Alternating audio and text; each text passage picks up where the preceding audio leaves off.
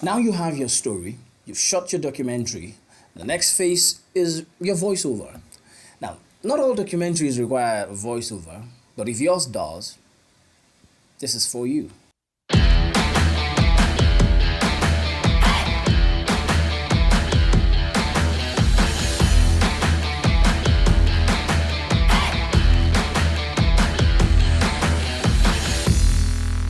For my documentaries, I record my voiceovers myself, and that's because I happen to be a voiceover artist. But if you're not a voiceover artist and you don't know how to do voiceovers, you've not trained yourself in doing voiceovers, you can alternatively get a professional voiceover artist to record the voiceover for your documentary for you. All right?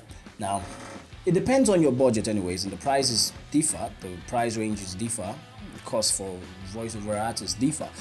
But whatever your budget is, I'm sure that you're going to be able to get somebody who's going to be able to help you record the voiceover. Now, you have to, however, in deciding who will record the voiceover for you, be careful to decide what kind of tonality do you want for the voiceover, what kind of voice do you think is best suited to translate or to interpret the message of your documentary. Is it a feminine voice or a masculine voice? Whichever best suits the documentary, you pick it out. Knowing the kind of voice you want will influence your decision and help you in deciding who will eventually voice your documentary for you.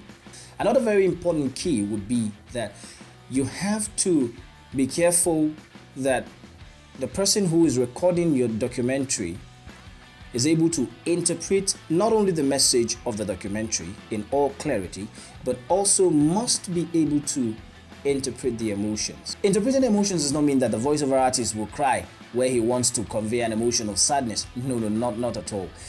It simply means that the person must be able to know when to switch between emotions. Right? Must be able to know when to switch between emotions, when to switch between tonality, when to switch between speed. Because all of these things end up affecting how the voiceover is perceived.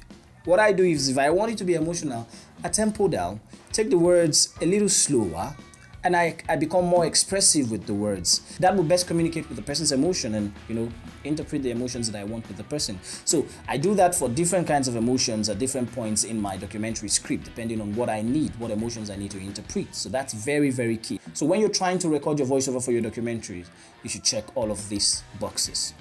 All right? To help you better, you can check out some of the works that I have done, some of the documentaries that I have done. I don't upload all my works on YouTube because most of my works are clientele works, and not all the works you have rights to upload. So there are some that are uploaded on our YouTube channel, Film Avenue. So go to YouTube. You can use the link in the bio or in my profile.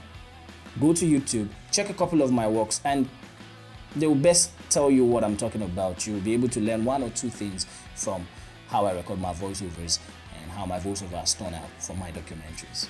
Since this episode is about voiceovers, this is me signing out on this episode of Film in 3 Minutes. Catch you on the next episode.